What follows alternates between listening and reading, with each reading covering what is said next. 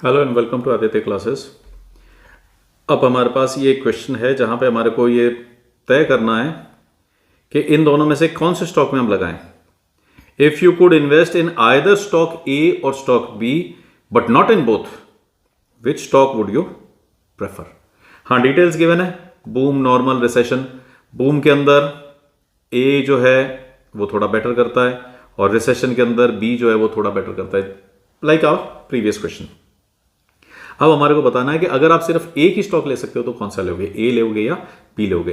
ये अगर आप वो याद करेंगे तो हमने जो ओम शांति वाला क्वेश्चन लिया था उसमें भी हम यही देख रहे थे। हमने देखा था कि जो हमारा स्टॉक शांति था उसका रिटर्न थोड़ा सा ज़्यादा था लेकिन रिस्क प्रोफाइल बहुत ज़्यादा एलिवेट हो गई। तो उसी हिसाब से अब हम इसको भी देखते हैं। यहाँ पे क्या गिवन है हमारे को, calculate the return and standard deviation of both the stocks. तो पहले तो इसको कैलकुलेट करते हैं, फिर आगे के डिस्कशंस पे चलते हैं हम। तो सबसे पहले तो हम इसका एक्सपेक्टेड रिटर्न निकाल लेते हैं, वो सबसे सिंपल होता है। एक्सपेक्टेड रिटर्न क्या हो जाएगा हमारे स्टॉक्स के लिए, अगर मैं आर ए की बात करता हूँ, रिटर्न ऑफ ए, वो कितना होगा 0.35 मल्टीप्लाइड बाय 20। बड़ा सिंपल सा काम है, 0.35 multiplied by 20 plus 0.5 multiplied by 30 plus 0.15 multiplied by 40। ये जितना भी आ रहा है आपका ये एक्सपेक्टेड रिटर्न हो जाएगा। तो इसको कैलकुलेट कर लें हम। ये हो जाएगा आपके लिए 20 multiplied by 0.35, 30 multiplied by 0.5 and then 40 multiplied by 0.15। ये आ रहा है 28%। तो इसका मतलब जो हमारा स्टॉक ए है उसका हम 28% रिटर्न एक्सपेक्ट कर सकते हैं। What about return of stock B, 0.35 लेकिन इसका रिटर्न है 40% प्लस 0.5 लेकिन इसका रिटर्न है, अच्छा रिटर्न इस पर तो सेम ही है दोनों का, और 0.15 मल्टीप्लाइड बाय 20। इसको अगर अपन कैलकुलेट करते हैं तो ये हो जाएगा 40 multiplied by 0.35 then 15 and then last one would be 20 multiplied by 0.15। ये आ रहा है आपका 32% का रिटर्न। तो अभी हमारे से पूछा क्या गया है, if you could invest in either stock A और B but not in both, which stock would you prefer. अभी एक नोवाइस की तरह अगर हम आंसर करेंगे तो हम क्या बोल देंगे, हम स्टॉक बी में इन्वेस्ट करेंगे क्योंकि उसके अंदर हमारे को रिटर्न्स ज्यादा मिल रहे हैं। 32% का रिटर्न एक्सपेक्टेड है और जबकि ए में 28% का रिटर्न है। बट एज एन एक्सपर्ट हम क्या करेंगे, हमेशा रिटर्न और रिस्क दोनों पे नजर रखेंगे कि भाई इस रिस्क प्रोफाइल में कितना एक्सपेक्टेड रिटर्न है, कितना रिस्क बढ़ जाने से कितना रिटर्न, एक्सपेक्टेड रिटर्न बढ़ रहा है। तो उसको कैलकुलेट करने के लिए हम क्या करते हैं, इसके स्टैंडर्ड डेविएशंस निकाल लेते हैं। स्टैंडर्ड डेविएशन कैसे आ सकता है, यहां से हम इंक चेंज करके निकालते हैं इसको। स्टैंडर्ड डेविएशन मैंने पहले भी निकाल रखा है, फिर से निकाल करके देखते हैं। What would B standard deviation, standard deviation of stock ए क्या हो जाएगा,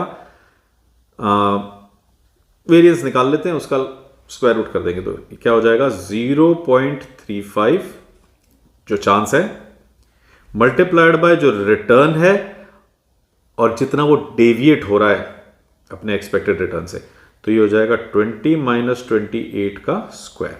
अगला हो जाएगा रिटर्न इज 50 और 0.5 और 30 और 28 का जो डिफरेंस बनेगा, 30 माइनस 28 का जो डिफरेंस बनेगा उसका स्क्वायर, और फाइनली यू हैव 0.15 और आपके पास वैल्यू है 40 की, वो हटाया नहीं हमने, फिर कंफ्यूज करेगा।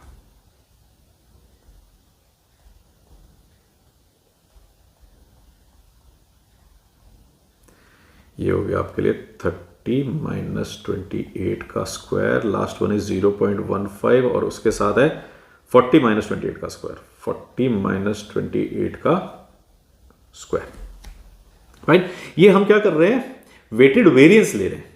जब भी आपको चांसेस गिवन हो कि इस रिटर्न का ये चांस है, इस रिटर्न का ये चांस है, तो हम वेटेड स्टैंडर्ड डेविएशन नहीं लेते हैं, रादर हम लेते हैं वेटेड वेरिएंस। तो वेटेड वेरिएंस हम स्क्वायर डेविएशंस का कैलकुलेशन से हम वेटेड वेरिएंस निकाल लेंगे। तो ये कितना हो जाएगा आपका 0.35, इसको और ये बन गया 8 का स्क्वायर हो गया 64। प्लस 0.5 और ये बन गया 2, 2 का स्क्वायर हो गया 4, ये बन गया 0.15 और ये 12 बन गया, तो 12 का स्क्वायर हो गया 144। इस पूरे को कैलकुलेट कर लेते हैं कितना आता है ये।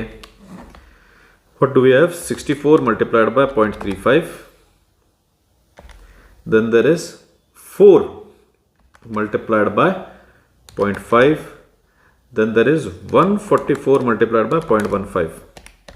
इसको रिकॉल करेंगे तो ये आएगा 46। इसका मतलब मैं कह सकता हूं कि what is standard deviation of A, वो हो जाएगा स्क्वायर रूट ऑफ 46। इसका स्क्वायर रूट कर देंगे तो आता है 6.78। 6.78 हमारे लिए इसका स्टैंडर्ड डेविएशन बन गया। अब अपन चलते हैं बी पे। तो बी के लिए हम कोई दूसरा कलर ले लेते हैं जिससे कि ये आपस में इंटरफेयर ना करें, मिक्स ना हो। तो बी के लिए हमारे पास क्या है,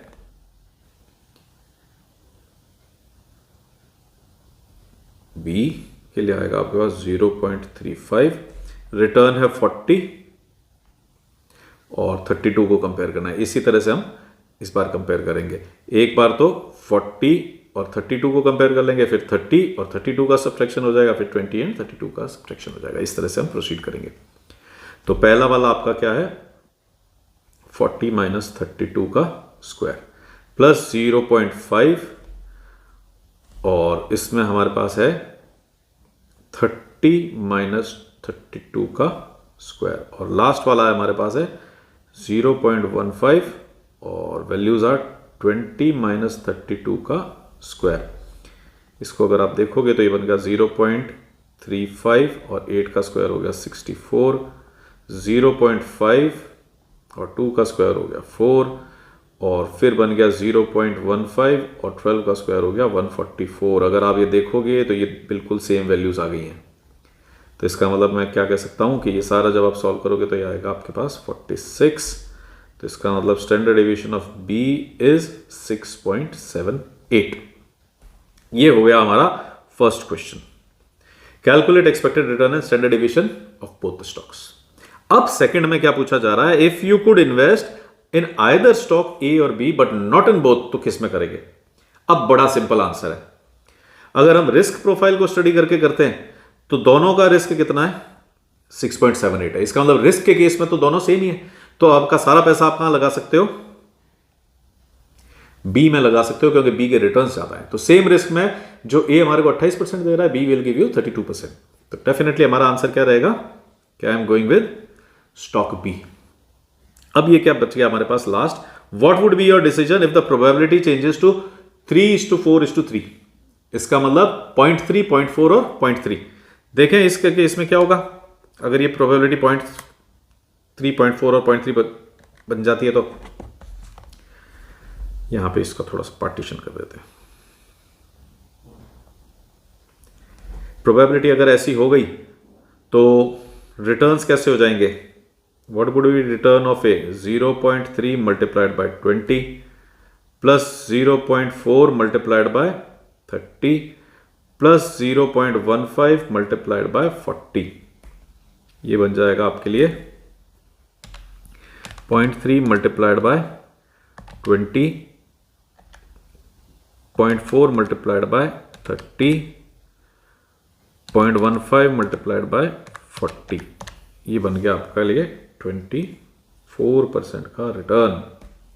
और आरबी की वैल्यू देख लें, आरबी हो जाएगा 0.3 into 40 plus 0.4 into 30 plus 0.3 into 20। अब अगर इसको देखोगे तो ये देख लो दोनों बिल्कुल सेम हो गए।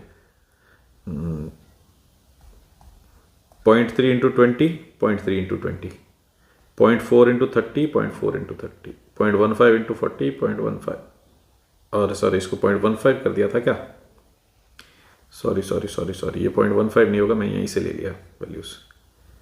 ये हो जाएगा आपका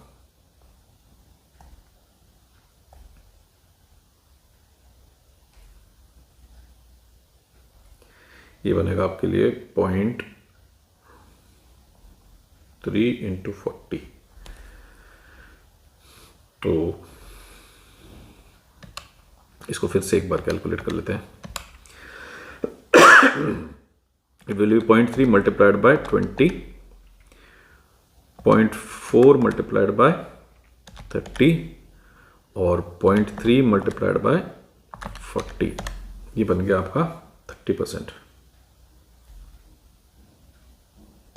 अब यहां पे भी हम देखें तो हमारे को बिल्कुल सेम वैल्यूज दिख रही हैं. 0.3 इंटू 40, 0.3 इंटू 20, 0.4 इंटू 30. तो इसका मतलब आप इसको भी सिंप्लीफाई करोगे तो अल्टीमेटली आपको कहां लेकर के आ जाएगा? 30% पे ले आएगा. फाइन, 30%. तो पिछली बार हमने देखा था कि इनकी रिस्क प्रोफाइल बिल्कुल सेम थी, लेकिन रिटर्न्स बी के ज्यादा थे. तो जब रिस्क सेम है तो मैं ज्यादा रिटर्न वाले में चला गया. इस बार इनके रिटर्न सेम है, तो मेरी कोशिश रहेगी कि अगर किसी का रिस्क कम है तो मैं उसमें चला जाऊं. देख लेते हैं इनके रिस्क कितने. Risk of A would be 0.3 और 20 माइनस 30, 20 माइनस 30 का स्क्वायर प्लस 0.4. मैं यहां पे प्रोबेबिलिटीज लिख देता हूं जिससे कि हमारे को कंफ्यूजन नहीं हो. इस बार हम जो प्रोबेबिलिटीज यूज कर रहे हैं वो हैं 0.3, 0.4 एंड 0.3. ठीक है, तो ये हो गया 0.4. अब हो जाएगा 30 माइनस 30 और लास्ट में 0.3, उसका हो जाएगा 40 माइनस 30. ये सारे स्क्वायर्स हैं. तो ये बन गया आपका 0.3 इंटू 100. ये तो 30 माइनस 30 0 हो गया. ये बन गया आपका 0.3 इंटू 100. तो ये हो गया 30 प्लस 30 60. तो अगर आप इसका स्टैंडर्ड डेविएशन लेना चाहते हो तो आपके लिए हो जाएगा 60 का स्क्वायर रूट विच इज 7.74. इसी तरह से अगर हम बी का भी रिस्क निकाल करके देखें तो वो कितना आ जाएगा. आप देखोगे कि बिल्कुल सिमेट्रिकल बन रहे हैं.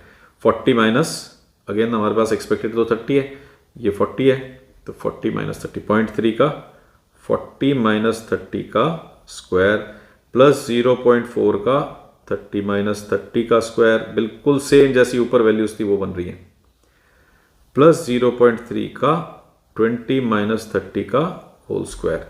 सो this would become 0.3 into 100 plus 0.3 into 100 is equal to 30 plus 30 is equal to 60. इसका मतलब अगर आप इसका स्टैंडर्ड डेविएशन लेंगे तो वो आएगा 7.74. अब क्या पूछा गया है? What would be your decision if the probability changes to 3:4:3? अगर probability change हो जाती है तो I will be indifferent to A and B. कोई फर्क नहीं पड़ रहा है. दोनों के रिटर्न्स बिल्कुल सेम है 30-30, दोनों के रिस्क्स बिल्कुल सेम है 7.74. तो ये रहे हमारे इस क्वेश्चन के लिए सारे answers. This is it for now. अगली बार मिलते हैं एक नए क्वेश्चन के साथ. Thanks for watching. Bye bye. Take care.